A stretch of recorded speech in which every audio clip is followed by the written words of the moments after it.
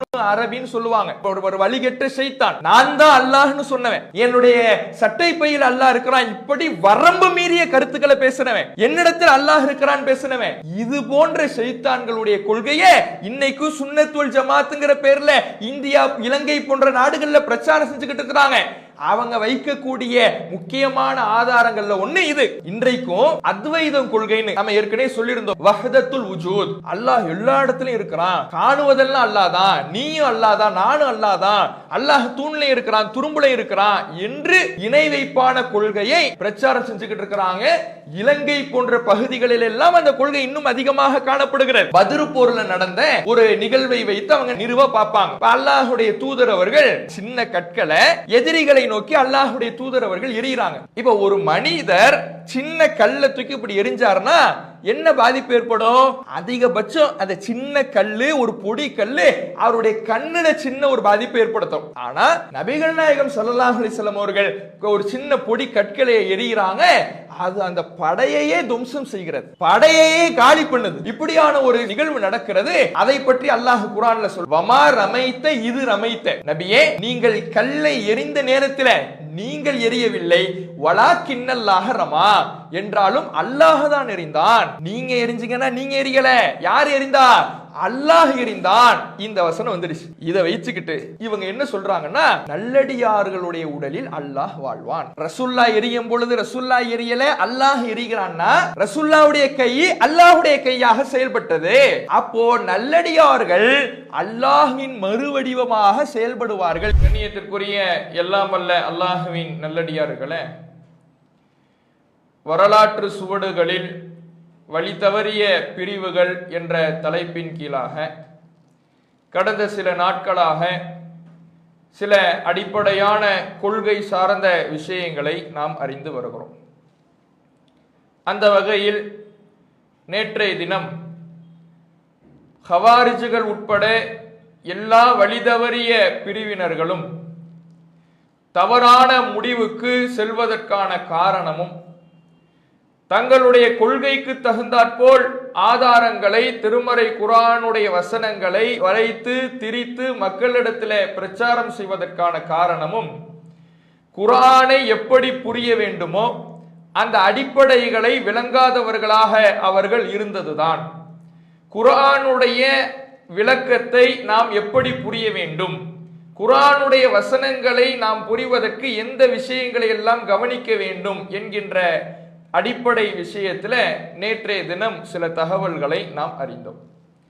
அதில் குர்ஆனுடைய ஒரு வசனத்தை நாம் புரிவதாக இருந்தால் அந்த புரிதல், அந்த விளக்கம் ஏனைய குர்ஆன் வசனங்களுக்கும் ஹதீஸ்களுக்கும் முரண்படாத வகையிலே அந்த புரிதல் இருக்க வேண்டும்.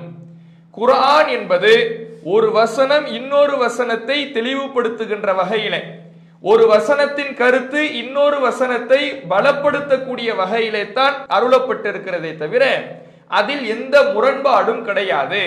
ஒரு வசனத்தை நாம் புரிவதாக இருந்தால் அது இன்னொரு வசனத்துக்கு விளக்கமாக அமைகின்ற வகையில் தான் புரிய வேண்டுமே தவிர அதற்கு மாற்றமாக எதிரான கருத்தை குர்ஆன் வசனத்திலிருந்து விளங்கக்கூடாது என்கின்ற தகவல்களை எல்லாம் நேற்றைய தினம் பார்த்தோம். அதற்கு அடுத்தபடியாக குர்ஆன் வசனங்களை நாம் விளங்குவதாக இருந்தால், புரிவதாக இருந்தால், அந்த புரிதலுக்கு மிக அவசியமான இன்னொரு அடிப்படை என்னன்னா, ஒரு சொல்லுக்கு அல்லது ஒரு வாக்கியத்துக்கு பல பொருள்கள் இருக்கும்னா, பல அர்த்தங்கள் இருக்கும்னா, அதுல முதலாவதாக நாம வழங்க வேண்டிய அர்த்தம் அதனுடைய முதன்மையான அர்த்தம் தான். ஒரு வசனம் இருக்குது, அந்த வசனத்தில் இடம்பெறுகிற ஒரு வார்த்தை இருக்குது, அந்த வார்த்தைக்கு என்ன நேரடி அர்த்தமோ அந்த அர்த்தத்தை தான் முதலாவதாக நாம் கொடுக்க வேண்டும். அதற்கு மார்க்கத்தில் இடம் இல்லை என்றால், நேரடி அர்த்தத்தை வழங்குவதற்கு முகாந்திரம் இல்லை என்றால் தான் வேறு அர்த்தங்களுக்கு நாம செல்லணும். எந்த ஒரு வார்த்தை குர்ஆனிலே நாம் புரிவதாக இருந்தாலும் அந்த புரிதலை நேரடி அர்த்தத்திலிருந்து தான் முதலாவதாக நாம் விளங்க வேண்டும் என்பது நாம அடிப்படையாக கவனிக்க வேண்டிய மற்றொரு விஷயம். குர்ஆனை நாம மற்ற குர்ஆனுடைய வசனங்களை வைத்து புரிய வேண்டும் என்பது குர்ஆனை விளங்குவதற்கு எப்படி ஒரு அடிப்படையோ அதே போல குர்ஆனை விளங்குவதற்கு இன்னொரு அடிப்படை என்னன்னா, ஒரு வசனத்துக்கு பல பொருட்கள் இருக்கின்ற பொழுது அதனுடைய நேரடி பொருள் என்ன என்பதை வைத்துத்தான் குர்ஆன் வசனங்களை முதலாவதாக புரிய வேண்டும். இதை நாம என்ன செய்யணும், கவனிக்கணும். இது குர்ஆன்ல மட்டும் இல்லை, நம்முடைய பேச்சு நடையிலையுமே இது இருக்கிறது. பொதுவாக ஒரு வார்த்தை சொல்லப்படுதுன்னா அதனுடைய நேரடி அர்த்தத்தை தான் முதலாவதாக கொடுக்க வேண்டும். அது அந்த நேரடி அர்த்தத்தை வழங்க முடியாத பட்சத்தில் இரண்டாவது அர்த்தத்தை அல்லது இலக்கியமான அர்த்தத்தை நாம் என்ன செய்யணும், கொடுக்கணும். இது என்ன இருக்குது, நம்முடைய பேச்சு வழக்கிலேயும் இந்த மொழி நடை என்பது இருக்குது. உதாரணத்துக்கு ஒரு ஒரு காட்டுல நாம நிக்கிறோம், ஒரு இடத்துல ஒரு காட்டுல நிக்கிறோம். ஒரு மனுஷர் சொல்றாரு சிங்கம் வருதுங்கிறார். நம்ம ஒரு காட்டுல நிக்கிறோம், சிங்கம் வருதுங்கிறார். இந்த நேரத்துல என்ன நினைச்சிடக்கூடாது, அவர் நம்மளை சிங்கம்னு சொல்றாரு, புகழ்றாரு, நம்ம வீரத்தை பராக்கிரமசாலித்தனத்தை மெச்சுறாரு என்று நினைச்சுக்கிட்டு அமைதியா நின்றோம்னா அவ்வளவுதான், முடிஞ்சு போச்சு. அப்ப அந்த இடத்துல ஒரு காட்டுல நிற்கும் பொழுது சிங்கம்னு சொன்னா சிங்கம் வருதுன்னு விளங்கணும். அதே சமயம் இப்ப நாம இங்க உட்கார்ந்து இருக்கிறோம், அங்க இருந்து ஒருத்தர் வராரு, சிங்கம் வந்துட்டாரு அப்படிங்கிறோம். சிங்கம் வந்துட்டாருன்னு சொன்னா சிங்கமே வருதுன்னு அர்த்தம் கிடையாது. அவரை நாம் என்ன பண்றோம், அவருடைய தைரியத்தை வைத்து சிங்கம்னு சொல்றோம். இப்படி எந்த இடத்தில் நேரடி பொருளை கொடுக்க வேண்டும், எந்த இடத்தில் மறைமுகமான இலக்கிய பொருளை கொடுக்க வேண்டும் என்பது ஒவ்வொரு மொழி நடையிலேயும் இருப்பதை போல திருமறை குர்ஆனுடைய நடைக்கும் இது பொருந்தும். எந்த இடத்தில் நேரடி பொருள் கொடுக்க வேண்டுமோ அந்த இடத்தில் இலக்கிய அர்த்தத்தை கொடுக்க கூடாது. எந்த இடத்தில் இலக்கிய அர்த்தத்தை கொடுக்க வேண்டுமோ அந்த இடத்திலே நேரடி பொருளை கொடுக்க கூடாது. அப்ப ஒரு குர்ஆன் வசனத்தை நாம புரிவதற்கு அதனுடைய வார்த்தையில இருக்கின்ற பல பொருட்களில் எந்த பொருளை எந்த இடத்திற்கு கொடுக்க வேண்டும் என்பதை நாம அடிப்படையாக தெரிந்து கொள்ள வேண்டும். இதை புரியாத காரணத்தினாலதான் ஹவாரிஜிகள் உட்பட பல்வேறு வழிகட்ட பிரிவினர் மாற்று விளக்கம் என்கின்ற பெயரிலே, நேற்றே சொன்னோம்ல தஅவீல்னு, மாற்று விளக்கம் என்கின்ற பெயரிலே பல தவறான கருத்துக்களை பல தவறான கொள்கைகளை மக்களிடத்துல பிரச்சாரம் செய்பவர்களாக இருந்தாங்க. உதாரணத்துக்கு முஅத்தஸிலாக்கள், அதே போல ஹவாரிஜிகள் உட்பட வழிதவறிய பிரிவினர்கள் எல்லாம் அவர்களுடைய கொள்கையில ஒரு கொள்கை என்னன்னா, அல்லாஹ்வுடைய சிஃபத்துகளை அல்லாஹ்வுடைய தன்மைகளை அவர்கள் அதற்கு நேரடி பொருளை கொடுக்க மாட்டாங்க. உதாரணத்துக்கு அல்லாஹ்வுடைய கைன்னு இருக்குதுன்னு வைங்களேன், திருமறை குர்ஆனுடைய இறைவனுடைய உருவத்தை பற்றி இறைவனுடைய தோற்றத்தை பற்றி வரக்கூடிய வசனங்கள் கை என்று அல்லாஹ்வுடைய கை என்று பயன்படுத்தப்பட்டிருக்கும். இதற்கு என்ன செய்ய மாட்டாங்கன்னா கையின் அர்த்தம் கொடுக்க மாட்டாங்க. இந்த கை என்ற வார்த்தைக்கு அதிகாரம் என்று அர்த்தம் கொடுப்பாங்க. கை என்று நேரடி அர்த்தத்தை கொடுப்பதற்கு பதிலாக கை என்ன கை கிடையாது, அல்லாஹுடைய கரம் என்றால் கரம் கிடையாது, அது அல்லாஹுடைய அதிகாரத்தை குறிக்கும் என்று வேறு பொருளை மாற்று பொருளை கொடுப்பாங்க. இதற்கு அவங்க என்ன காரணம் சொல்லுவாங்க தெரியுமா? திருமறை குர்ஆன்ல அல்லாஹ் சொல்லக்கூடிய வசனம் சூரத்து ஷூரா என்கின்ற அத்தியாயத்துல 11வது வசனம். அல்லாஹ் சொல்றான், லைஸ கமிஸ்லிஹி ஷைஉன், அல்லாஹ்வை போன்று எந்த ஒன்றும் இல்லை, அல்லாஹ் மாதிரி எதுவுமே கிடையாது என்று குர்ஆன்ல ஒரு வசனம் இருக்குது. இந்த வசனத்தை வைத்துக் கொண்டுதான் அல்லாஹ் மாதிரி எதுவுமே இல்லைன்னா அல்லாஹுக்கு கை இருக்குதுன்னு நாம புரிஞ்சோம்னா அப்ப நமக்கும் கை இருக்குதுல ஒப்பாகி விடுகிறது, ஒரு விலங்குக்கும் கை இருக்குதுல ஒப்பாகி விடுகிறது. அதனால அல்லாஹ்வுடைய கை என்று எந்த இடத்துல எல்லாம் திருமறை குர்ஆன்ல பேசப்படுகிறதோ அங்க கை என்று அர்த்தம் கொடுக்க கூடாது, அதிகாரம் என்று அர்த்தம் கொடுக்க வேண்டும் என்று என்ன பண்ணுவாங்க, இந்த வசனத்தை வைத்து குர்ஆனிலே இறைவனுடைய தோற்றம் சம்பந்தமாக பேசப்படுகிற வசனங்களுக்கெல்லாம் மாற்று விளக்கத்தை கொடுப்பவர்களாக இருக்கிறார்கள் என்பதை வழிதவறிய பிரிவுகள்ல ஹவாரிஜிகள் மட்டுமில்லை, இன்னும் பல பிரிவுகள் இது போன்ற ஒரு கொள்கையில இருக்கிறாங்க. இன்றைக்கு நம்முடைய காலகட்டத்திலேயே தர்காவை வணங்குறாங்கல்ல சுன்னத் ஜமாத்துங்கிற பேர்ல, அவர்களுடைய கொள்கையில ஒரு கொள்கை என்ன, இறைவனுக்கு உருவம் இல்லை என்பது. அல்லாஹுக்கு என்ன கிடையாது? உருவம் இல்லை. உருவம் இருக்கிறது என்று சொன்னால் அது ஒப்பாகி விடுகிறது. மனுஷனுக்கு உருவம் இருக்குது, அல்லாஹுக்கும் இருக்குது உருவம் இருக்குது, இது ஒப்பாகி விடுகிறது. அல்லாஹுக்கு உருவம் இருக்குது, ஒரு மிருகத்துக்கு உருவம் இருக்குது, இது ஒப்பாகி விடுகிறது. இப்படி ஒப்பாகி விடுகிற காரணத்தினால அல்லாஹுக்கு உருவம் இருக்குதுன்னு சொல்லக்கூடாது என்று இன்றைக்கு நம்முடைய காலத்திலேயே இது போன்ற ஒரு கொள்கையை நம்ம கண்ணு முன்னால பார்க்கிறோம். அதனாலதான் இஎம் அனிஃபா பாட்டு பாடும் பொழுது உருவமற்ற இறைவனுக்கு உண்மையானவன்னு பாடினார். அல்லாஹுக்கு உருவம் இல்லைங்கிற கருத்துல உருவமற்ற இறைவனுக்கு உண்மையானவர் அப்படின்னு என்ன செஞ்சாரு? பாடினார்.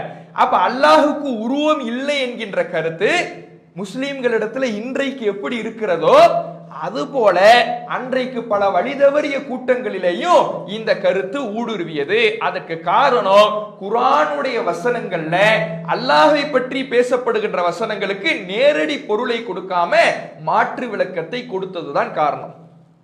அப்ப இதை எப்படி புரிவது? அல்லாஹ் மாதிரி எதுவும் இல்லை, அல்லாஹுக்கு எந்த ஒப்பும் இல்லை, எந்த நிகரும் இல்லை என்று வருவதினால் அல்லாஹுடைய தோற்றம் சம்பந்தமான வசனங்களுக்கு மாற்று விளக்கம் கொடுக்க வேண்டும் இந்த வழிதவறிய பிரிவுகள் சொல்றாங்களே, இது சரியா என்பதை முதல்ல பார்க்கணும். இந்த வசனத்திலேயே அதற்கான பதில் இருக்கிறது. அல்லாஹ் ரப்புல் ஆலமீன் லைஸ கமிஸ்லிஹி ஷைஉன், அல்லாஹ்வை போல எந்த ஒன்றும் இல்லை என்று சொன்னாலும் அதை தொடர்ந்து அல்லாஹ் சொல்லுகிறான் வஹுவ ஸமீஉல் பஸீர், அவன் கேட்பவன் பார்ப்பவன். அல்லாஹ் கேட்கக்கூடியவனாகவும் இருக்கிறான், பார்க்கக்கூடியவனாகவும் இருக்கிறான். அப்ப கேட்கக்கூடியவனாக அல்லாஹ் இருக்கிறான்னு சொன்னா மனிதனும் கேட்கிறானே அல்லாஹும் கேட்கிறானே ஒப்பாயிடுச்சே. இதே கேள்வி அந்த வசனத்தில் இருக்கிற இன்னொரு பார்ட்டுக்கும் வரும், இன்னொரு பகுதிக்கும் வரும். அல்லாஹ் பார்க்கக்கூடியவன் வருது, மனுஷனும் பார்க்கிறானே ஒப்பாகி விடுகிறதே என்கின்ற கேள்வி அந்த வசனத்தினுடைய இன்னொரு பகுதிக்கு வரும். அப்ப அல்லாஹ் கேட்கிறான், அல்லாஹ் பார்க்கிறான் என்கின்ற நம்பிக்கை இருந்தாலே அதுவும் ஒப்பை குறிக்கும். அப்ப இந்த வசனம் எந்த ஒப்பை பற்றி பேசுது? சரிக்கு அந்த அல்லாஹுடைய தோற்றமே இல்லை என்பதை பற்றி பேசுகிறதா, அல்லாஹுக்கு உருவமே இல்லை என்று என்பதை பற்றி பேசுகிறதா, எந்த ஒப்பை பற்றி இந்த வசனம் பேசுகிறது என்பதை நாம முதலாவதாக தெரிந்து கொள்ள வேண்டும். அதற்கு இவங்க சொல்லக்கூடிய அடிப்படையான விஷயம் என்னன்னா, இறைவனுக்கு உருவம் இருக்கிறது என்று சொன்னால் அது ஒப்பாகி விடுகிறதுங்கிறாங்க. இதுவே முதல்ல தவறு. ஏன்னா அல்லாஹுக்கு உருவம் இல்லைன்னு சொன்னாலும் அது ஒப்பாகத்தான் செய்யும்.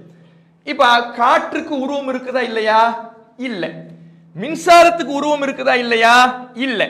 அப்ப காற்றுக்கு உருவம் இல்லை, மின்சாரத்துக்கு உருவம் இல்லை, அதே மாதிரி அல்லாஹுக்கு உருவம் இல்லைன்னு சொன்னா இங்கேயும் அவர்கள் சொல்வதை போல ஒப்பு வரத்தான் செய்கிறது. அப்ப ஒப்பீடு என்பது இப்படியான ஒப்பீடை மார்க்கம் இந்த வசனத்துல பேசல. அவ எப்படியான ஒப்பீடை பற்றி பேசுது? அல்லாஹுக்கு உருவம் இருக்கிறது, அல்லாஹ் செவியேற்பவன், அல்லாஹ் பார்ப்பவன், ஆனால் அவனுடைய உருவத்தை போன்று எந்த படைப்பினத்துக்கும் கிடையாது, அவனுடைய செவியேற்கும் ஆற்றலை போன்று எந்த படைப்பினத்துக்கும் கிடையாது, அவனுடைய பார்க்கும் திறனை போல எந்த படைப்பினத்துக்கும் கிடையாது. அல்லாஹுக்கு உருவம் இருக்கிறது, அந்த உருவம் அவனுடைய படைப்பினத்தோடு ஒப்பிட முடியாத உருவம். அவனுடைய கேட்கும் திறன் இருக்குது, அவனுடைய கேட்கு திறனோடு படைப்பினத்தினுடைய கேட்கு திறனை ஒப்பிட முடியாத கேட்கு திறன் அல்லாஹுக்கு இருக்குது என்றுதான் இந்த வசனத்தை நாம விளங்க வேண்டுமே தவிர அல்லாஹுக்கு உருவமே இல்லை என்று புரிவதற்கு இந்த வசனத்தில் இடம் இல்லை. ஏன்னா உருவம் இல்லை என்று சொன்னாலும் அதுவும் ஏதேனும் ஒரு விஷயத்தோடு போய் ஒப்பாகத்தான் செய்கிறது. அப்ப இந்த வசனம் உருவம் இல்லை என்பதற்காக பேசப்படுகிற வசனம் இல்லை என்பதை விளங்கிக் கொள்ள வேண்டும். அப்ப உருவம் இல்லை என்கின்ற ஒரு அம்சம் திருமறை குர்ஆன்ல பேசப்படலைன்னா அல்லாஹுடைய கை என்று வரக்கூடிய வசனத்துக்கு எப்படிதான் மொழிபெயர்க்கணும்? கைன்னு தான் மொழிபெயர்க்கணும். அல்லாஹுடைய கால் என்று வரக்கூடிய வசனத்துக்கு எப்படிதான் மொழிபெயர்க்கணும்? கால் என்று தான் மொழிபெயர்க்கணும். அதற்கு மாற்று விளக்கம் போவதற்கு எந்த ஒரு இடம்பாடும் மார்க்கத்தில் இல்லை. எப்போ மாற்று விளக்கத்துக்கு போகணும்னா நேரடி அர்த்தத்தை கொடுப்பதற்கு ஒரு தடை இருக்க வேண்டும். நேரடியான அர்த்தம் கையின்னா கைதான் நேரடி அர்த்தம். எது கையினா அரபுல எதுன்னு அர்த்தம். இந்த எதுன் என்கின்ற கை என்ற அர்த்தம் தான் நேரடியான அர்த்தம்.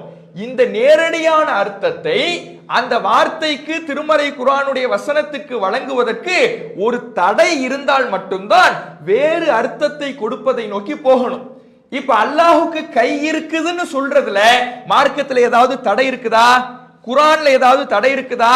ஹதீஸ்ல ஏதாவது தடை இருக்குதா? எந்த தடையும் இல்லை. இப்படி எந்த தடையும் இல்லாமலேயே இவங்க என்ன பண்றாங்கன்னா, இந்த வழிதவறிய பிரிவுகள்லாம் அல்லாஹுடைய கையின்னா கையின்னு புரியக்கூடாது, அல்லாஹுடைய அதிகாரம்னு புரியணும்னு மாற்று விளக்கம் கொடுக்கறாங்க. அப்ப நாம அடிப்படையை என்ன புரியணும்னா, ஒரு நேரடி அர்த்தத்தில் ஒரு வசனம் சொல்லப்படும்னா அதை நேரடி அர்த்தத்தில் தான் புரிய வேண்டும். மாற்று விளக்கம் கொடுக்க கூடாது, இலக்கிய அர்த்தத்தை கொடுக்க கூடாது, இரண்டாம் தர மூன்றாம் தர அர்த்தத்தை கொடுக்க கூடாது. அதுவெல்லாம் எப்போது வழங்கப்பட வேண்டும் என்றால், ஒரு சொல்லுக்கு இலக்கிய அர்த்தம் எப்போது கொடுக்கப்படணும்னா அந்த நேரடி அர்த்தத்தை கொடுப்பதற்கு ஒரு தடை இருக்க வேண்டும், ஒரு காரணி இருக்க வேண்டும். அப்போதுதான் நேரடி அர்த்தத்தை விட்டுட்டு இலக்கிய அர்த்தத்துக்கு போக முடியும். அப்ப உருவம் இல்லை என்று சொல்வதற்கு, அல்லாஹ்வுக்கு உருவம் இல்லை என்று சொல்வதற்கு எந்த ஆதாரமும் இல்லை. உருவம் இருக்கு என்று சொல்வதற்கு எந்த தடையும் இல்லை. அப்ப அல்லாஹ்வுடைய தோற்றம் சம்பந்தமாக, அல்லாஹ்வுடைய தன்மைகள் சம்பந்தமாக வரக்கூடிய வசனங்களுக்கு நேரடி அர்த்தத்தை கொடுப்பதுதான் மிக பொருத்தமான விஷயம். அதை விட்டுவிட்டு நேரடி அர்த்தத்தை கொடுக்காமல் சுய விளக்கங்களின் மூலமாக அல்லாஹ்வுடைய உருவங்களை மறுத்தாங்கன்னா அவர்கள் தவறான வழிதவறிய பிரிவுக்கு போறாங்க என்பதை நாம் என்ன செய்யணும், புரிந்து கொள்ள வேண்டும். அப்போ ஒரு வசனத்தை புரிவதற்கு இந்த அடிப்படை மிக முக்கியமான விஷயம். நேரடி அர்த்தம் கொடுக்கப்பட வேண்டும். நேரடி அர்த்தத்திற்கு தடை இருக்கின்ற பட்சத்தில் தான் இலக்கிய அர்த்தத்திற்கு செல்ல வேண்டும். அடுத்ததாக, இப்ப இந்த இலக்கிய அர்த்தத்துக்கு போகணும்ங்கிறோம்ல, ஒரு வசனம் இருக்குது அல்லது ஒரு வார்த்தை இருக்குது, அந்த வார்த்தையை அந்த இடத்துல நேரடி கருத்துல புரிய முடியாது, இலக்கிய அர்த்தத்துல தான் புரியணும். ஏன்னா நேரடி அர்த்தத்துல புரிவதற்கு இங்கு ஒரு தடை இருக்கிறது என்று வரும் என்றால் அந்த இடத்துல என்னதான் கொடுக்கணும், இலக்கிய அர்த்தத்தை தான் கொடுக்கணும். எப்படி நேரடி அர்த்தத்தை கொடுக்க வேண்டும் என்கின்ற இடம் இருக்குதோ அந்த இடத்தில் நேரடி அர்த்தத்தை தான் கொடுக்க வேண்டுமோ, அதே போல இலக்கிய அர்த்தத்தை தான் இங்க கொடுத்தாகணும்னு சில இடங்கள் வரும். சில இடங்கள்ல இந்த இடத்துல நேரடி அர்த்தம் கொடுக்க கூடாது, அப்படி கொடுத்தா மற்ற குர்ஆன் வசனங்களுக்கு முரணாக அமையுது, மற்ற ஹதீஸ்களுக்கு முரணாக அமையுது என்கின்ற ஒரு அம்சம் வரும். அந்த இடத்துல அங்கே இலக்கிய அர்த்தத்தை தான் கொடுக்க வேண்டும். அதற்கு உதாரணமாக திருமறை குர்ஆன்ல இடம்பெறக்கூடிய சூரத்துல் பக்ரா 2வது அத்தியாயம் 187வது வசனம், நோன்பை பற்றி பேசுகின்ற வசனம். அதுல நோன்பினுடைய நேரத்தை பற்றி பேசுகின்ற பொழுது, குலு வஷ்ரபு, நீங்கள் உண்ணுங்கள் பருகுங்கள், ஹத்தா யத்தபய்யன லக்குமுல் ஹைத்துல் அபியது மினல் ஹைத்தில் அஸ்வத், கருப்பு கயிறிலிருந்து வெள்ளை கயிறு தெளிவாகின்ற வரை நீங்கள் உண்ணுங்கள் பருகுங்கள். அல்லாஹ் ரப்புல் ஆலமீன் நீங்க எதுவரை உண்ணலாம் பருகலாங்கும் பொழுது கருப்பு கயிறிலிருந்து வெள்ளை கயிறு தெளிவாகின்ற வரை என்று சொல்லுகிறான். இதை ஒரு நபித்தோழர் எப்படி விளங்குறார்னா, அவர் என்ன பண்றாருன்னா, 2 கயிறு எடுக்கிறார், ஒரு கருப்பு கயிறு எடுக்கிறார், ஒரு வெள்ளை கயிறு எடுக்கிறார், ரெண்டையும் தன்னுடைய தலைமாட்டில் வச்சுக்கிட்டு படுக்கிறார்.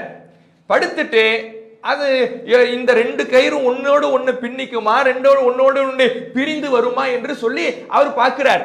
நபிகள் நாயகம் ஸல்லல்லாஹு அலைஹி வஸல்லம் அவர்கள்ட்ட இதை சொல்லும் பொழுது அல்லாஹ்வுடைய தூதர் அவர்கள் சொல்றாங்க, இன்னமா ذالிக சவாதுல் லைலி வ பயாதுன் நஹாரி, இந்த இடத்துல சொல்லப்படுகிற கருப்பு வெள்ளை என்பதெல்லாம் இரவும் பகலும் தான்.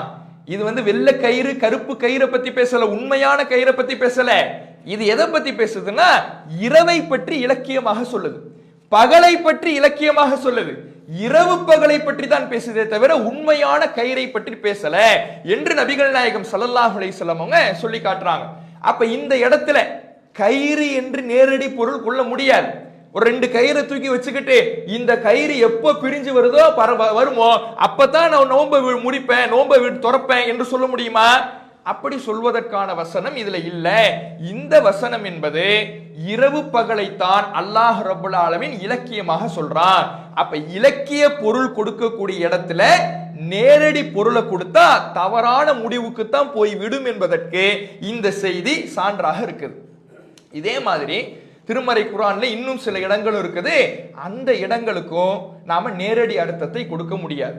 அதுக்கு உதாரணமாக அல்லாஹ் ரப்பல் ஆலமீன் சூரத்துல் பக்ரா 2வது அத்தியாயம் 210வது வசனம், 6வது அத்தியாயம் 158வது வசனத்துல பேசுகிறான், ஹல் யன்துரூன இல்லா அன் யஅதியஹுமுல்லாஹு ஃபீ ظுலலின் மினல் கமாம், அல்லாஹ் ரப்புல் ஆலமீன் மேக கூட்டங்களிலே அல்லாஹ் அவர்களிடத்திலே வருவதை அவர்கள் எதிர்பார்க்கிறார்களா?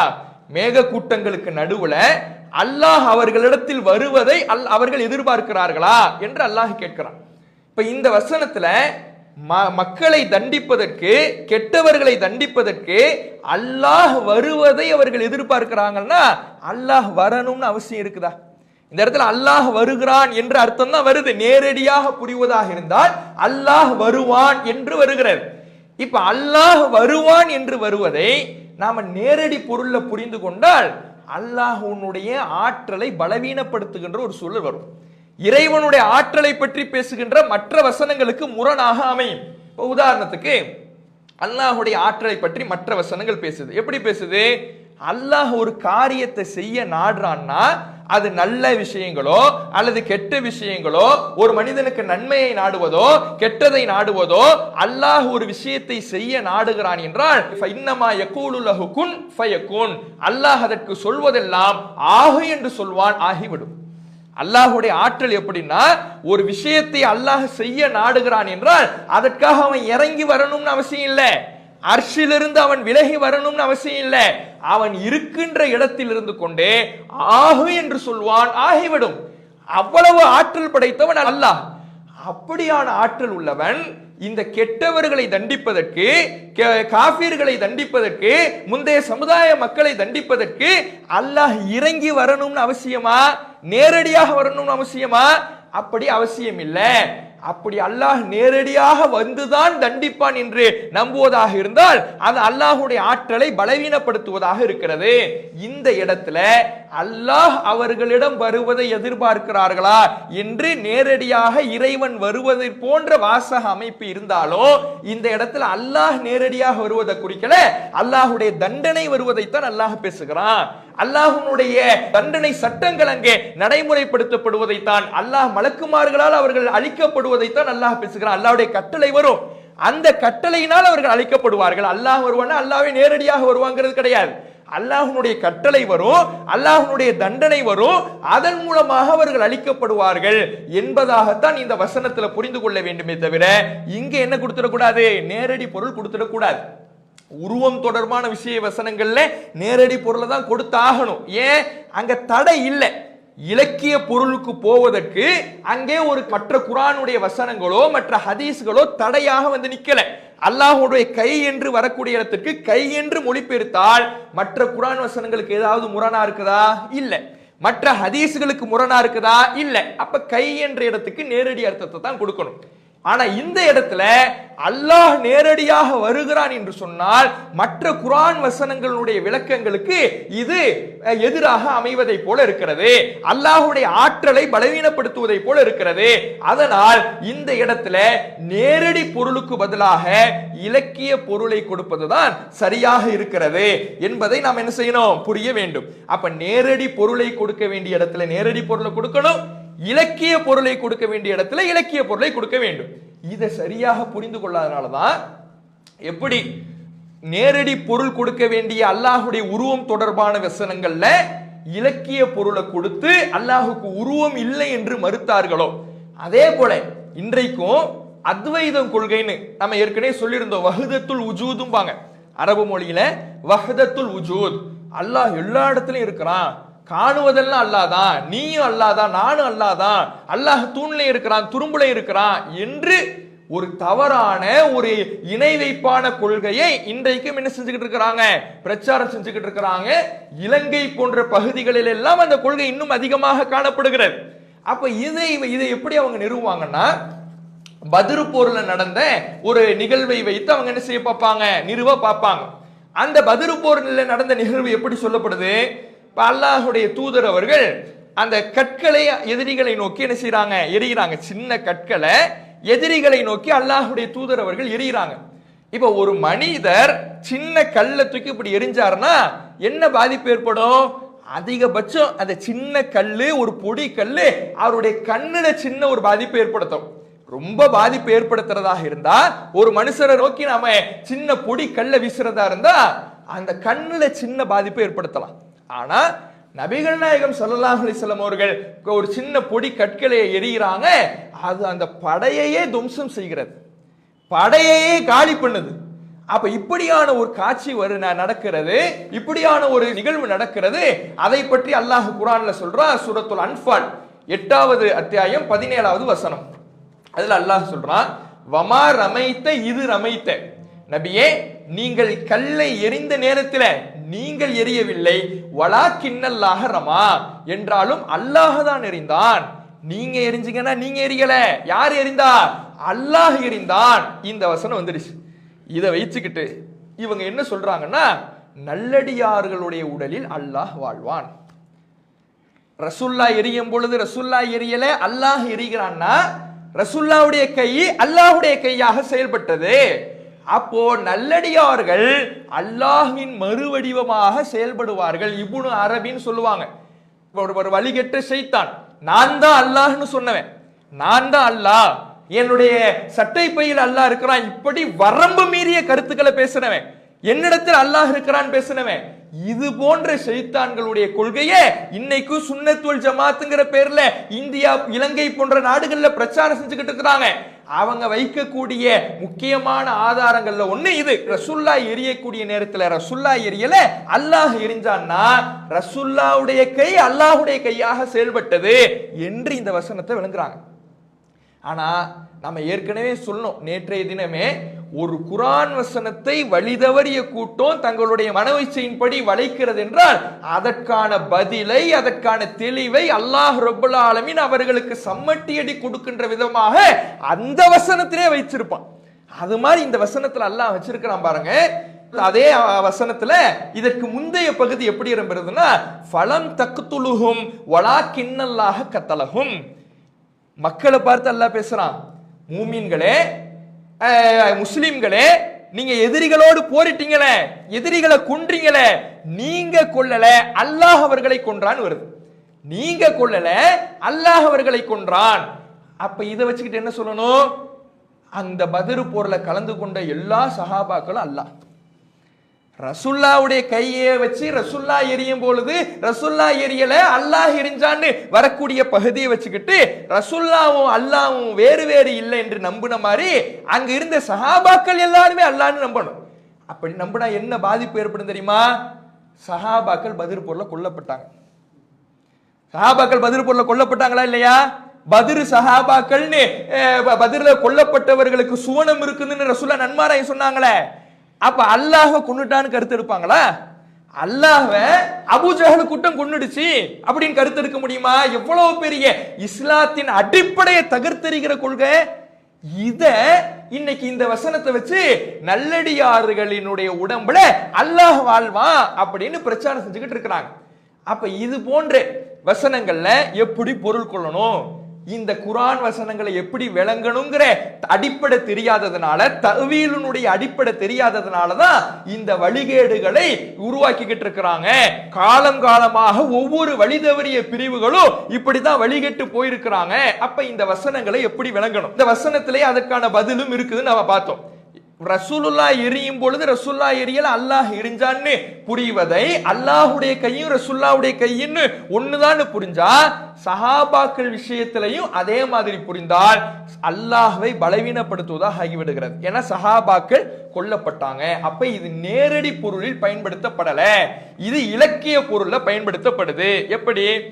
இப்ப ஒரு மனிதரை பார்த்து, ஒரு மனிதருக்கு இன்னொரு மனிதர் உதவியாளராக இருக்கிறார்.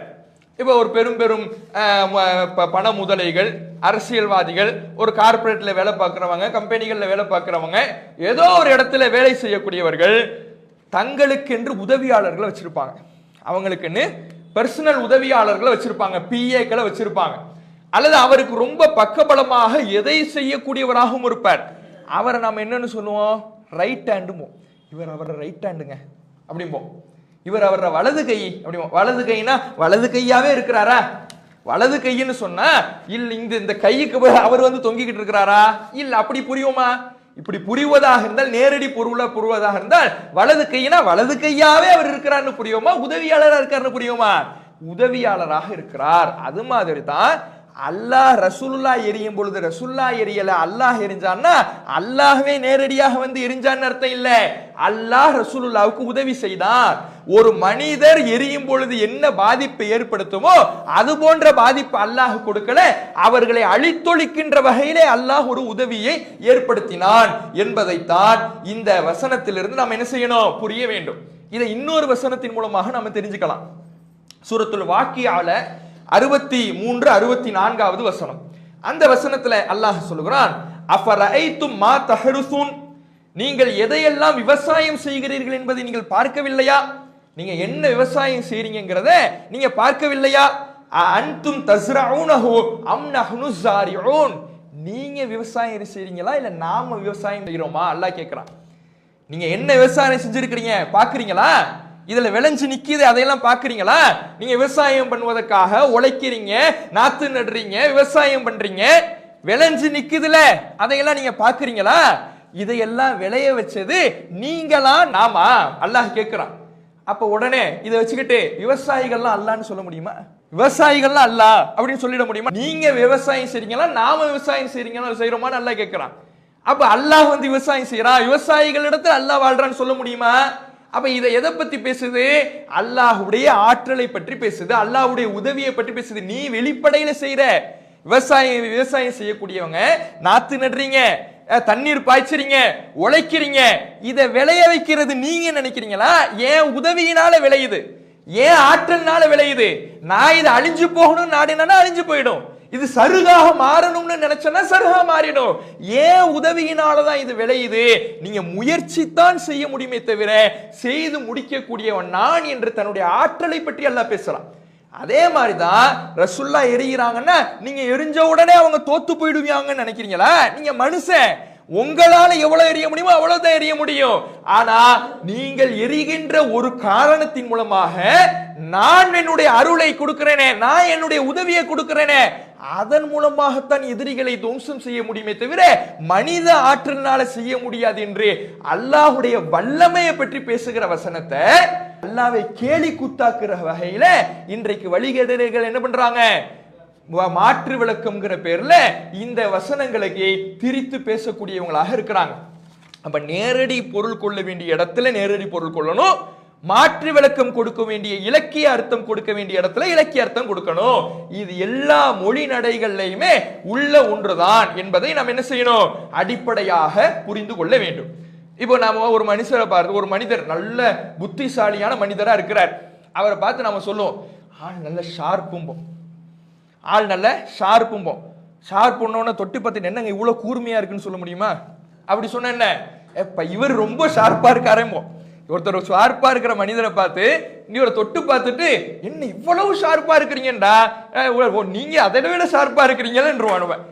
அப்ப இப்படி புரியக்கூடாது. ஷார்ப்னா எதுக்கு சொல்லப்படுது? புத்திசாலித்தனத்துக்கு சொல்லப்படுது, உடம்பே கூர்மையா இருக்குங்கிறதுக்காக சொல்லப்படல. இதை நம்ம என்ன செய்யணும், அப்ப எந்தெந்த இடத்துல நேரடி பொருள்ல புரியணும், எந்தெந்த இடத்துல இலக்கிய பொருள்ல புரியணும் என்கின்ற அடிப்படை பேச்சு நடையிலேயே சாதாரணமாக உண்டு. ஆனா வழிகேடர்களுக்கு அது புரியுமா? அவங்க தான் முடிவு எடுத்துட்டு ஆதாரம் தேடுறவங்களாச்சே. அவங்க என்ன செய்வாங்கன்னா, வழிகேடர்கள் முடிவை எடுத்து விட்டு ஆதாரம் தேடுவாங்க. அப்ப ஆதாரத்தை தேடி அதற்கு தகுந்தாற்போல் வளைப்பவர்களாக இவர்கள் இருக்கிறார்கள் என்பதற்கு இதுவெல்லாம் சான்றாக இருக்குது. அதே மாதிரி இதே கருத்துல சஹீஹுல் புகாரியில 6502வது செய்தி, 4661வது செய்தி, அந்த செய்திகளை எல்லாம் நபிகள் நாயகம் ஸல்லல்லாஹு அலைஹி வஸல்லம் அவங்க அல்லாஹ் சொல்வதாக சொல்லி காட்டுறாங்க. அல்லாஹ் ரப்புல் ஆலமீன் நம்ம கேள்விப்பட்ட செய்திகள் தான். மனிதன் நஃபீலான உபரியான வணக்கங்களின் மூலமாக அல்லாஹ்வை நெருங்குகிறான். எந்த அளவுக்கு நெருங்குறான்னா, அவன் கேட்கின்ற செவியாக, அவன் பிடிக்கின்ற கையாக, அவன் பார்க்கின்ற பார்வையாக அல்லாஹ் மாறிவிடுவான் என்கின்ற அளவுக்கு என்ற ஒரு செய்தி இடம்பெறுது. இப்ப இதை நேரடியாக புரிஞ்சு கொள்ள முடியுமா? இதை என்ன செய்யக்கூடாது, நேரடி கருத்துல புரியக்கூடாது. இது என்ன செய்யப்படுது, இலக்கிய கருத்துல சொல்லப்படுது. கையாக மாறுவேன் காலாக மாறுவேன்னா உதவி என்ற அர்த்தத்துல பேசப்படுது. நம்ம இதுக்கு முன்னாடி பார்த்தோமே, ரசுல்லாவுடைய கையை ரசுல்லா கையால எரிஞ்சாங்கன்னா ரசுல்லா எரியல அல்லாஹ் எரிஞ்சானா அல்லாஹ்வுடைய உதவி வந்தது என்று. அது மாதிரி நாம நஃபீலான வணக்கங்களின் மூலமாக அல்லாஹ்வை நெருக்கத்திற்குரிய காரியங்களை செய்கிறோம்னா நம்முடைய கையாக அல்லாஹ்வுடைய கை மாறும்னா நம்ம கை அல்லாஹ்வுடைய கையும் ரெண்டும் ஒண்ணுங்கிற அர்த்தம் கிடையாது. அல்லாஹ் நமக்கு உதவி செய்வான், அல்லாஹ் நமக்கு பரக்கத்து செய்வான், நமக்கு நன்மைகளை நாடுவான் என்கின்ற கருத்துல தான் இந்த செய்தியையும் என்ன செய்யணும், புரிந்து கொள்ள வேண்டும். அதே மாதிரி முஸ்லிம்ல பார்த்த 4661வது செய்தியில அல்லாஹ் கேட்பதாக ரசூல்லா சொல்லி காட்டுறாங்க. மறுமையின் அல்லாஹ் கேட்பானா, எப்ன ஆதம், ஆதமுடைய மகனே, மரில் து ஃபலம் தஉதினி, நான் நோயுற்றேன், எனக்கு என்ன நீ நலம் விசாரிக்கவே இல்லை. நான் நோயாளியா உன்ட்ட வந்தேன், நீ என்ன செய்யல, நலம் விசாரிக்கல. யா ரப்பி கைஃப அஊதுக வஅன்த ரப்புல் ஆலமீன், நீ அகிலத்தாரின் ரட்சனாக இருக்கும் பொழுது நான் உன்னை எப்படி நலம் விசாரிக்கிறதுன்னு மனுஷன் கேட்பானா. அப்ப இந்த இடத்துல அல்லாஹ் ரப்புல் ஆலமீன் யாரை பத்தி சொல்றான், நான் நோயுற்றேன், அதை ஏன் நீ விசாரிக்கலங்கும் பொழுது ஒரு மனுஷர் உன்ட்ட நோயாளியா வந்தாரா, அவருக்கு நீ உதவி செய்யலையா, அவருக்கு நீ நலம் நாடலையா என்று அல்லாஹ் கேட்கிறான்னா, அப்ப நோயாளி எல்லாம் அல்லாஹ்னு புரியுமா? நோயாளி எல்லாம் அல்லாஹ்னு புரியுமா? ஒருத்தர் உணவு தேடி வராரு, யாசகம் கேட்டு மனிதர் வராரு, அவருக்கு நீ ஏன் உணவளிக்கல, அது வந்தது நான் தாங்கிற அல்லாஹ். அப்ப யாசகம் கேட்டு வரவங்க அல்லாஹ்னு புரியுமா? அப்ப இதுக்கு என்ன பண்ண மாட்டோம், அந்த அர்த்தம் கொடுக்க மாட்டோம். இதுல என்ன செய்யறது, இலக்கிய அர்த்தம். அவர்களுக்கு உதவி செய்திருந்தால், அவர்களுக்கு நலம் நாடி இருந்தால், அவர்களை நலம் விசாரித்திருந்தால் அதன் மூலமாக அல்லாஹ்வுடைய கூலியை நாம் பெற்றிருப்போம் என்று இதை எப்படி புரிகிறோமோ அதே மாதிரி தான் நஃபீலான வணக்கங்களின் மூலமாக அல்லாஹ்வை நெருங்குகின்ற பொழுது நம்முடைய கையாக அல்லாஹ் மாறுவானா, நம்ம கையும் அல்லாஹ் கையும் ஒண்ணுன்னு விளங்க கூடாது. நமக்கு உதவியாக அல்லாஹ் மாறுவான், நம்முடைய உதவியை அல்லாஹ் அதிகப்படுத்துவான் என்கின்ற கருத்தை தான் இது தருகிறது. அப்போ ஒரு குர்ஆன் வசனத்தை நாம விளங்குவதற்கான இரண்டாவது அடிப்படை, ஒரு நேரடி அர்த்தம் எங்கே கொடுக்க வேண்டுமோ அங்கே நேரடி அர்த்தத்தை கொடுக்க வேண்டும், இலக்கிய அர்த்தத்தை எங்கே கொடுக்க வேண்டுமோ அங்கே இலக்கிய அர்த்தத்தை கொடுக்க வேண்டும். இதை எது முடிவு செய்யும்னா, நேரடி அர்த்தத்தை கொடுக்கிறத எது முடிவு செய்யும், இலக்கிய அர்த்தத்தை கொடுக்கிறத எது முடிவு செய்யும்னா மற்ற குர்ஆன் வசனங்கள் தான் முடிவு செய்யும், ஹதீஸ்கள் தான் முடிவு செய்யும். மற்ற குர்ஆன் வசனங்கள் நேரடி அர்த்தம் கொடுப்பதற்கு தடையாக வந்து நிற்கும்னா அங்க இலக்கிய அர்த்தத்தை கொடுக்கணும். இலக்கிய அர்த்தத்தை கொடுப்பதற்கு மற்ற குர்ஆன் வசனங்கள் தடையாக வந்து நிற்கும்னா அங்க நேரடி அர்த்தத்தை தான் கொடுக்கணும். அப்ப நேரடி அர்த்தத்தை கொடுக்கிறதா இலக்கிய அர்த்தத்தை கொடுக்கிறதா என்பதை குர்ஆன் ஹதீஸ் தான் முடிவு செய்யும் என்பதை இந்த அடிப்படைகளிலிருந்தும் இந்த ஆதாரங்களிலிருந்தும் நாம் என்ன செய்யலாம், விளங்கி கொள்ளலாம். அப்ப அடுத்த அடிப்படை, குர்ஆனை நாம விளங்குவதற்கு தெரிந்து கொள்ள வேண்டிய அடுத்த அடிப்படை, மாற்று விளக்கம் கொண்டு குர்ஆனை தவறாக புரிந்து வழி தவறிய பிரிவுகள்ல தவறான கொள்கைகள்ல நாம விழுந்து விடக் கூடாதுன்னா குர்ஆனை சரியாக புரிந்து கொள்வதற்கு நாம் தெரிந்து கொள்ள வேண்டிய அடுத்த அடிப்படை நாசிஹ் மன்சூஹ். நாசிஹ் மன்சூஹும்பாங்க. அப்படின்னா என்ன, பழைய சட்டம் மாற்றப்பட்ட புதிய சட்டம். நாசிஹ்னா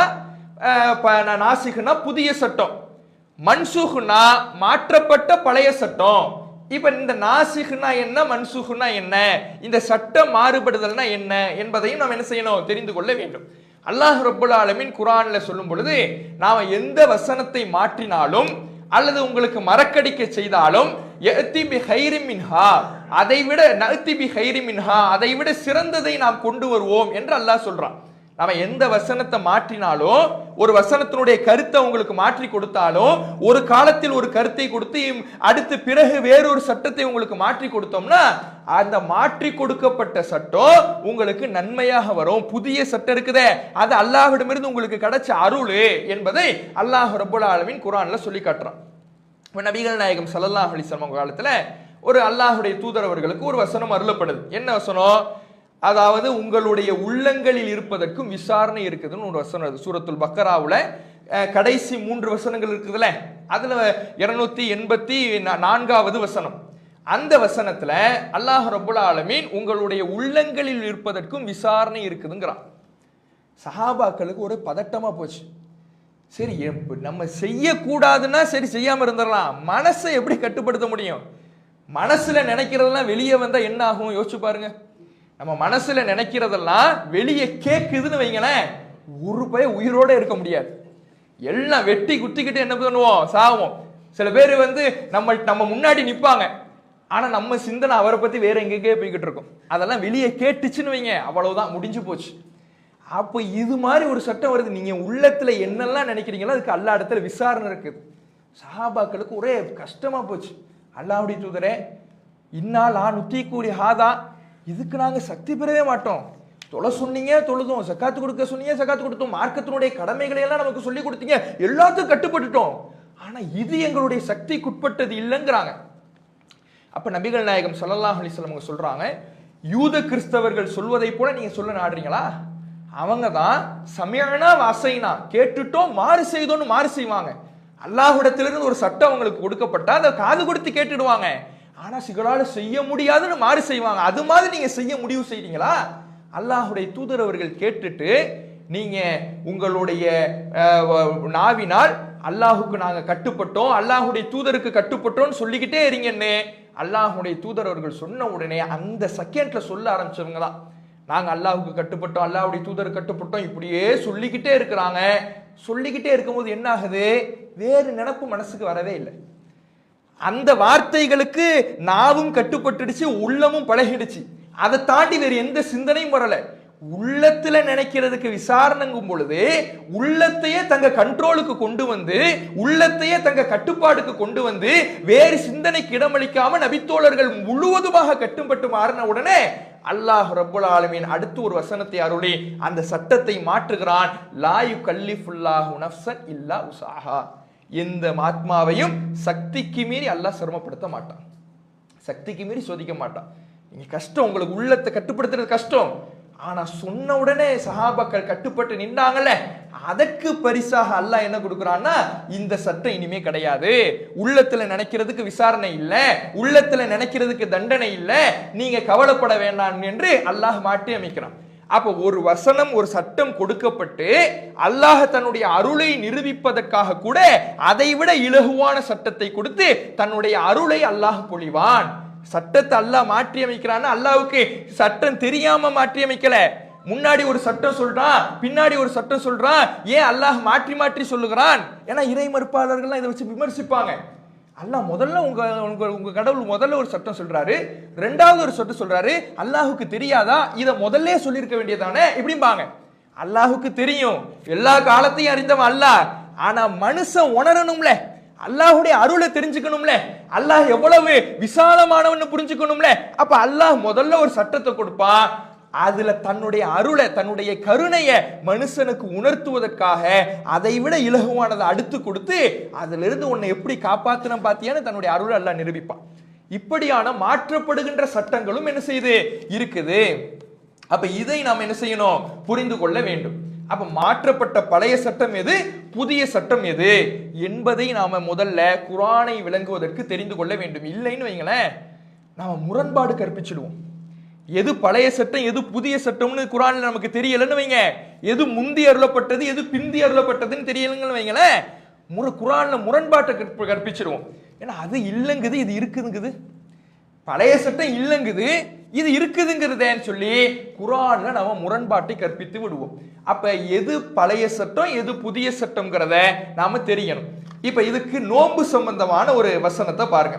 ரமலானுடைய நோன்பு கடமையாக்கப்பட்டதை பற்றி சொல்லும் பொழுது ஆரம்பத்தில் அல்லாஹ் எப்படி சொன்னா, குத்திபா அலைக்கும் ஸியாம் கமா குத்திபா அலல்லதீன மின் கப்லிக்கும் லஅல்லக்கும் தத்தகூன், நீங்கள் இரையச்சம் உடையவர்களாக ஆவதற்காக உங்கள் முன் சென்றவர்களின் மீது நோன்பு கடமையாக்கப்பட்டதை போல உங்கள் மீது நோன்பு கடமையாக்கப்பட்டது என்று அல்லாஹ் சொல்லிட்டான். ஆனா அந்த நோன்பு எந்த நிலையில கடமையாக இருந்துச்சு தெரியுமா? ஆரம்பத்துல வஅலல்லதீன யுதீகுனஹு, அந்த நோன்புக்கு யார் சக்தி பெற்றும், நோன்புக்கு தாக்கத்தெல்லாம் இருக்கு, உடம்புல நல்ல தடகாத்திரமான நிலைமையெல்லாம் இருக்குது, அப்படி இருந்தும் நோன்பு பிடிக்க விரும்பல ஒருத்தர், நோன்பு பிடிக்க உடம்புல தாக்கத்து இருக்கு, நோய் இல்ல, பயணத்துல இல்ல, நல்ல தடகாத்திரமா இருக்கிறாரு, நோன்பு பிடிக்க முடியுங்கிற நிலைமையில தான் இருக்கிறாரு. அந்த தாக்கத்து இருந்தும் யார் நோன்பு பிடிக்க விரும்பலையோ ஃபிதியத்து துஆமு மிஸ்கீன், ஏழைகளுக்கு உணவளிப்பதுதான் அவருக்கான பரிகாரம் அப்படின்னு அல்லாஹ் சொல்றான். நோன்பு கடமையாக்கப்பட்டாலும் எந்த நிலைமையில கடமையாக்கப்பட்டுச்சு, நீங்க விரும்புனா பிடிச்சுக்கலாம், நோன்பு பிடிக்க விரும்பலையா பரிகாரத்தை கொடுத்துங்க, தாக்கத்து இருந்தாலும் பரிகாரத்தை கொடுத்துங்க என்ற ஒரு சட்டம் தான் ஆரம்பத்தில் இருக்குது. ஆனா இந்த சட்டம் பின்னாடி மாற்றப்படுது. எப்படி மாற்றப்படுது? அல்லாஹ்வுடைய தூதர் அவர்கள் சொல்லி காட்டுறாங்க, மன் அராத இஃப்திர வ இஃப்ததி ஹத்தா நஸலத்தில் ஆயத்து பஅதஹா. இதற்கு பின்னால் இதற்கு அடுத்து வசனம் அருளப்படுகிற இந்த சட்டம் மாற்றப்பட்டு விட்டது.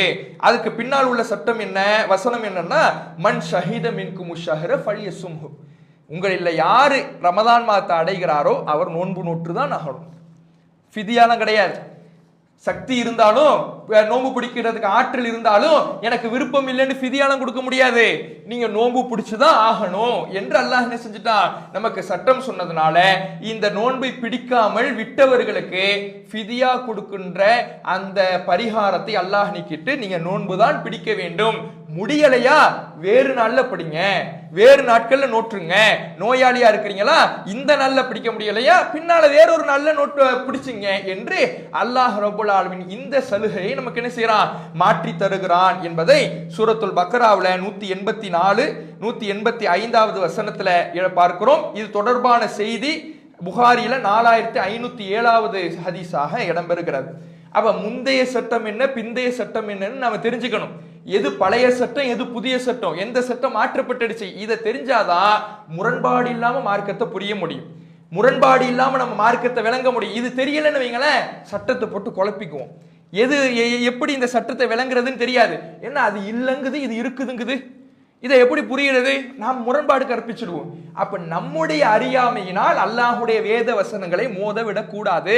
அதுக்கு நாம எப்படி புரியணும், சரியான விளக்கத்தை எப்படி அறிய முடியும், எது பழைய சட்டம் எது புதிய சட்டம்ங்கிறத நாம இந்த நாசிக் மன்சூக் என்பதை விவரமாக அதுக்கு நம்ம ஹதீஸ்கள்லயே ரசூலுல்லாவே என்ன பண்ணியிருக்கிறாங்க, இது எப்படியான சட்டங்கள் என்பதை நமக்கு சொல்லி தந்திருக்கிறாங்க. எந்தெந்த சட்டம் எப்போ மாற்றப்பட்டு இருக்குதுங்கிறத அல்லாஹுடைய தூதர் அவர்களுடைய ஆதாரபூர்வமான ஹதீஸ்களில் இருந்தே நாம தெரிந்து கொள்ளலாம். இது மிக முக்கியமான ஒரு அம்சம். அடுத்ததாக குர்ஆனை நாம சரியான முறையிலே புரிவதற்கு இன்னொரு அடிப்படை என்னன்னா, மஃஹூம் முஹாலஃபா அப்படிம்பாங்க. மஃஹூம் முஹாலஃபா, அது என்ன மஃஹூம் முஹாலஃபானா, எதிர்கருத்து எடுப்பது.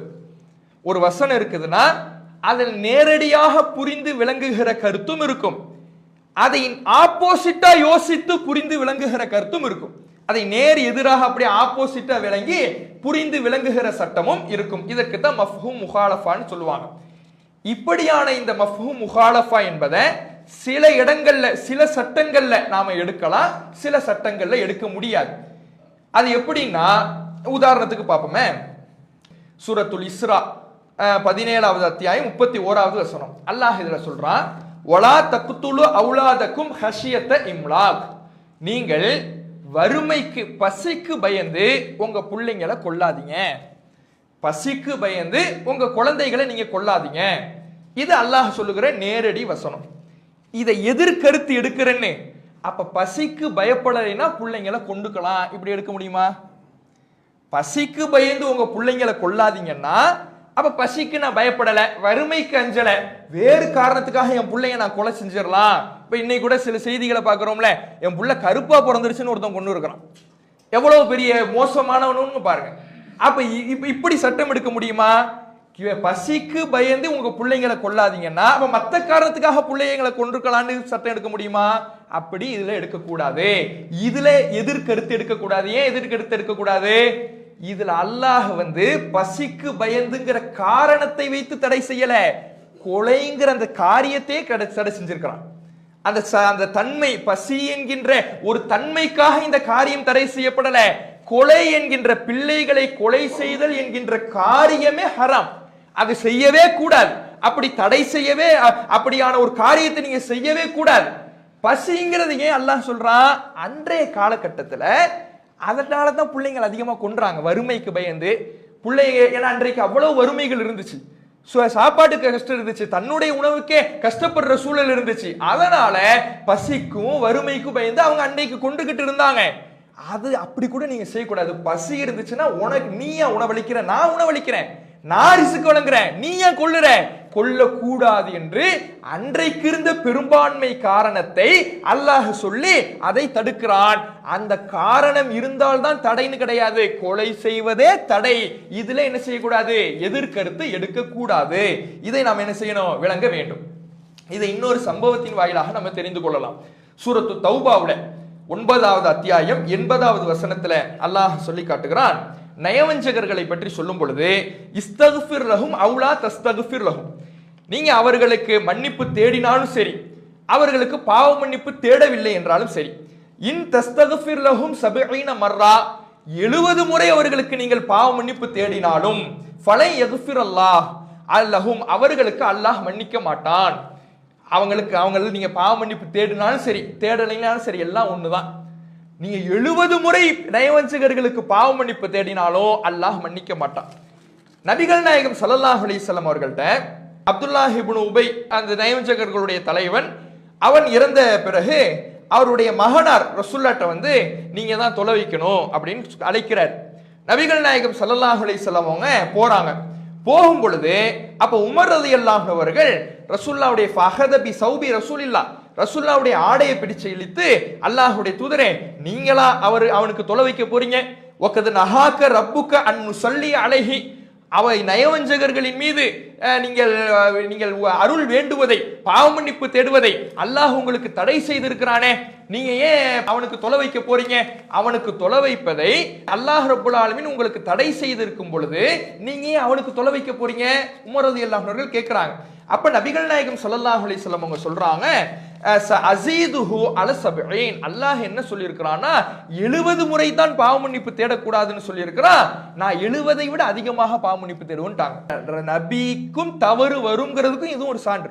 நபிமார்களாக இருந்தாலும் அவர்களிடத்திலையும் தவறும் வரும், அவர்களும் மனிதர்கள் தான்.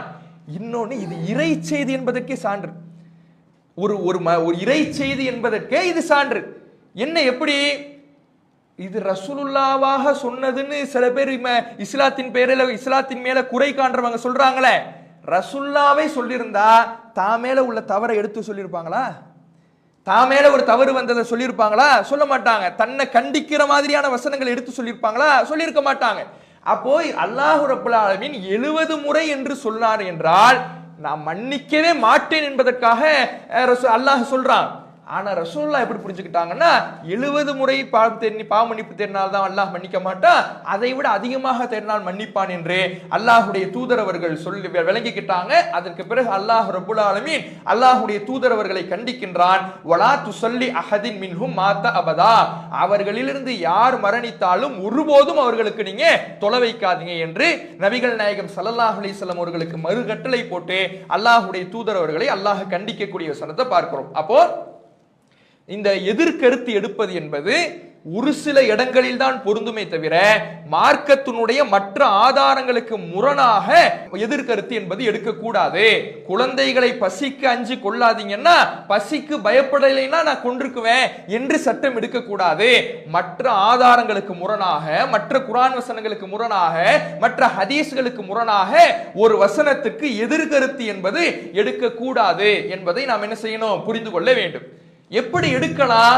மற்ற குர்ஆன் வசனத்தினுடைய தடை இல்லை, எதிர்கருத்து எடுக்கிறோம். மற்ற குர்ஆன் வசனங்கள் தடை செய்யல, மற்ற குர்ஆன் வசனங்கள் அனுமதிக்குது, மற்ற ஹதீஸ்கள் அனுமதி கொடுக்குது என்றால் அப்போது எதிர்கருத்து எடுத்துக்கொள்ளலாம். அதுக்கு என்ன உதாரணம்? இப்ப உதாரணத்துக்கு திருமறை குர்ஆனிலே 49வது அத்தியாயம் 6வது வசனத்துல அல்லாஹ் சொல்லி காட்டுகிறான், யா அய்யுஹல்லதீன ஆமனு, ஈமான் கொண்ட மக்களே, இன் ஜாஅக்கும் ஃபாஸிகுன் பிநபைன், ஒரு பாவி உங்களிடத்திலே ஒரு செய்தியை கொண்டு வந்தால் ஃபதபையனு, நீங்கள் தெளிவுபடுத்திக் கொள்ளுங்கள். ஹதீஸ் கலையில மிக முக்கியமான அடிப்படையான வசனம் இது. ஹதீஸ் கலை இருக்குதுல, ஒரு ஹதீஸை சஹீஹு லஈஃப்னு பிரிப்பதற்கான ஒரு கலை இருக்குதே, அதுல அடிப்படையான வசனம் என்னன்னா இந்த வசனம். ஒரு பாவி உங்களிடத்தில் ஒரு செய்தியை கொண்டு வந்தால் நீங்கள் தெளிவுபடுத்திக் கொள்ளுங்கள். அப்ப பாவி ஒரு பலவீனமானவர், ஒரு நீதம் இல்லாதவர், ஒரு ஹதீஸ் என்கின்ற பேரில் ஒரு செய்தியை கொண்டு வந்தார்னா அந்த செய்தி ஏற்றுக்கொள்ள கூடாது. அதே சமயம் பாவி இல்லாம ஒருத்தர் கொண்டு வந்தார்னா, நம்பகமானவர் கொண்டு வந்தார்னா, பாவி கொண்டு வந்தார்னா ஏற்றுக்கொள்ள கூடாது. நம்பகமானவர் கொண்டு வந்தார்னா ஏற்றுக்கொள்ளலாம். அப்ப நம்பகமானவர்களுடைய ஹதீஸ்கள் ஏற்றுக்கொள்ளப்படும், செய்திகள் ஏற்றுக்கொள்ளப்படும் என்று மாற்று விளக்கம் கொடுக்கும் பொழுது இது அனுமதிக்கப்பட்ட மாற்று விளக்கமா இருக்குது. எதிர்கருத்து புரியும் பொழுது இது மற்ற குர்ஆன் வசனம் அனுமதிக்கின்ற எதிர்கருத்தாக இருக்குது. அப்ப மஃஹூம் முகாலஃபா என்கின்ற எதிர்கருத்து எடுத்தல் என்பது மற்ற குர்ஆன் வசனங்களுக்கு முரணாக அமையும் என்றால் அப்படியான எதிர்கருத்து எடுக்கக்கூடாது. மற்ற குர்ஆன் வசனங்களும் ஹதீஸ்களும் அனுமதிக்கின்ற எதிர்கருத்தாக இருக்கும் என்றால் அதை நாம் என்ன செய்யலாம், எடுத்துக்கொள்ளலாம். அதே மாதிரி திருமறை குர்ஆன்ல பெற்றோரை பற்றி அல்லாஹ் பேசுகின்ற பொழுது ஃபலா தகுல்லஹுமா உஃபின், அவ்விருவரையும் பார்த்து நீங்க சீன்னு கூட சொல்லாதீங்க அப்படின்னு நல்லா சொல்றான். சீன்னு சொல்லாதீங்க, நம்ம தான் கூடன்னு நம்ம சொல்றோம், தமிழ் நடைக்காக கூடன்னு சொல்றோம். ஃபலா தகுல்லஹுமா உஃபின், அவர்களை நோக்கி உஃப் என்று கூட சொல்லாதீர்கள், சீ என்று கூட சொல்லாதீர்கள் என்று அல்லாஹ் சொல்லி காட்டுகிறான். அப்ப இதுல இருந்து நம்ம எப்படி எதிர்கருத்து எடுக்கிறது? சீன்னு சொல்லாம வெற்றெல்லாம் அடிச்சுக்கலாம் அப்படின்னு சொல்ல முடியுமா? அப்படி எதிர்கருத்து எடுக்க முடியாது. எப்படி எதிர்கருத்து எடுக்கலாம்னா, சீனே சொல்லக்கூடாதுன்னா, சீனே சொல்லக்கூடாதுன்னா அடிக்கிறது கூடுமா? இப்போ ஒருத்தர் கேள்வி வருது உங்கள்கிட்ட, பெற்றோரை அடிக்கலாமா, பெற்றோரை கடுமையாக கெட்ட வார்த்தைகளால் திட்டலாமா இப்படின்னு கேள்வி வருது. அதுக்கு எப்படி பதில் சொல்றது? சீனே அல்லாஹ் சொல்ல வேணான்ட்டான். அப்ப சீ என்றே சொல்லக்கூடாது என்றால் அடிப்பது எப்படி கூடும்? இது எதிர்கருத்து. சீனே சொல்லக்கூடாதுன்னா அடிப்பது எப்படி சரியாக இருக்கும், திட்டுவது எப்படி சரியாக இருக்கும்? அப்ப எதிர்கருத்து என்பது மார்க்கம் எப்படி அனுமதிக்கிறதோ அப்படி எடுத்தால் அது அனுமதிக்கப்பட்ட எதிர்கருத்து. மற்ற குர்ஆன் வசனங்களுக்கும் ஹதீஸ்களுக்கும் முரணாக அமைகின்ற வகையில எதிர்கருத்து எடுத்தோம் என்றால் அது மார்க்கத்திலே தவறான முடிவுகளுக்கு வழிவகுத்து விடும் என்பதை நாம் என்ன செய்யலாம், இந்த அடிப்படைகளில் இருந்து புரிந்து கொள்ளலாம். அப்ப தஅவீல், குர்ஆனுக்கு மாற்று விளக்கம் என்கின்ற பெயரிலே பல வழிதவறிய பிரிவினர், ஹவாரிஜிகள், முஅத்தஸிலாக்கள் உட்பட இன்றைக்கு சமகாலத்திலே நாம தர்காவை வணங்கக்கூடியவர்கள் உட்பட அவர்களும் என்ன செய்யறாங்க, மாற்று விளக்கம் என்கின்ற பெயரிலே தவறான முடிவுகளுக்கு, கொள்கைகளுக்கு போறாங்க. அதற்கு காரணம் குர்ஆனை எப்படி அணுக வேண்டும், குர்ஆனை எப்படி புரிய வேண்டும் என்கின்ற அடிப்படைகளை கவனிக்காததனாலதான். இந்த அடிப்படைகளை நாம கவனிச்சால் மட்டும்தான், இதை சரியாக முறையாக தெரிந்து கொண்டால்தான் எந்த வழிதவறிய பிரிவினர்கள் நம்ம முன்னாடி வந்து அவர்களுடைய கொள்கைக்கு ஆதரவை போன்ற வசனங்களை திரித்து வளைத்து நம்மிடத்துல முன்வைத்தாலும் அதை சிந்தித்து பார்த்து இதிலே இவர்கள் விளையாடுகிறார்கள், இதிலே இவர்கள் திரிக்கிறார்கள், இதிலே இவர்கள் மாற்று விளக்கம் கொடுக்கிறாங்க, வளைக்கிறாங்க என்று புரிந்து அந்த வழிகேடுகளிலிருந்து நாம விலகிக் கொள்வதற்கு இந்த அடிப்படைகள் உதவும். அதே போல ஹதீஸ்கள் விஷயத்துல, இப்ப குர்ஆன் விஷயத்துல ஹவாரிஜிகள் எப்படி நடந்தாங்கன்னு பார்த்தோம். இன்ஷா அல்லாஹ் நாளைய தினம் ஹதீஸ்கள் விஷயத்துல ஹவாரிஜிகளுடைய கொள்கை எப்படி இருந்தது என்பது தொடர்பாக இன்ஷா அல்லாஹ் நாளைய தினம் பார்த்து அது தொடர்பாக மார்க்கம் நமக்கு வழிகாட்டுகின்ற வழிகாட்டல்களையும் அறிந்து கொள்வோம். அஸ்ஸலாமு அலைக்கும் வரஹ்மத்துல்லாஹி வபரகாத்துஹு. அல்லாஹு அக்பர், அல்லாஹு அக்பர்.